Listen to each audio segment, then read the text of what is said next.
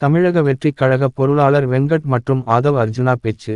நம் வெற்றி தலைவரின் அறிவுறுத்தலின் பேரில் இன்று நடைபெற்ற எங்களின் சோஷியல் மீடிய பெரும்படையின் ஆலோசனை கூட்டத்தில் நம் வெற்றித் தலைவர் அவர்கள் காணொளி வழியாக பங்கேற்று வீரதீர விவேகத்துடன் தொழில்நுட்ப களமாடும் நமது தமிழக வெற்றிக் கழகத்தின் சோஷியல் மீடியா தொண்டர்கள் படையை விட்டலாரியோர்ஸ் என்று பெயரிட்டு அனைவருக்கும் பெருமையையும் மகிழ்ச்சியையும் கௌரவத்தையும் தந்தார்.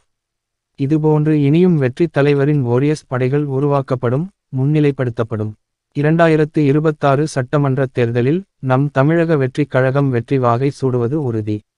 வெற்றி நிச்சயம். தமிழகத்தில் உள்ள 234 சட்டமன்ற தொகுதிகளிலும் உள்ள மக்கள் பிரச்சினைகளை தெரியப்படுத்துவது, சாமானிய மக்களின் தேவைகளை அரசு நிர்வாகங்களுக்கு கொண்டு செல்வது, போலி செய்திகள் மற்றும் வதந்திகளுக்கு முற்றுப்புள்ளி வைக்கும் விதமாக முறையான கண்காணிப்பை நடைமுறைப்படுத்துவது, வெறுப்பு பிரச்சாரங்களை முறியடிக்கும் வகையில் எச்சரிக்கை விழிப்புணர்வுகளை ஏற்படுத்துவது போன்றவை நமது தமிழக வெற்றிக் கழகத்தின் தலையாய பணிகளாக உள்ளன.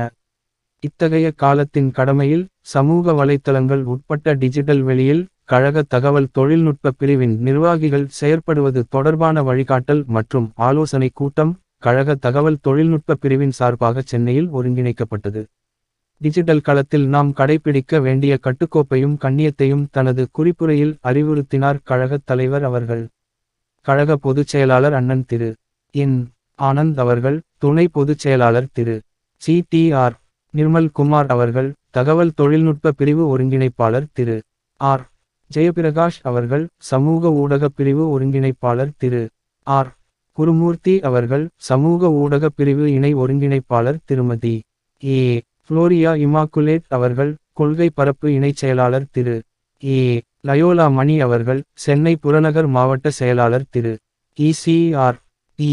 சரவணன் அவர்கள், சோழிங்கநல்லூர் மத்திய பகுதி செயலாளர் திரு எஸ். வி. ரவி அவர்கள் உட்பட மூத்த நிர்வாகிகள் பலரும் நிகழ்வை ஒருங்கிணைத்தோம்.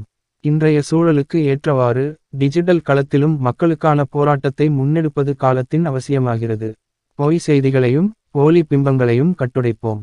பொறுப்புமிக்க மக்கள் தேவைகளின் களமாக சமூக வலைத்தளங்களை கட்டமைப்போம் என்ற செயற்திட்டத்துடன் தமிழக வெற்றிக் கழகத்தின் தகவல் தொழில்நுட்ப பிரிவு தொடர்ந்து பணியாற்றும் என்று தெரிவித்துக் கொள்கிறேன்.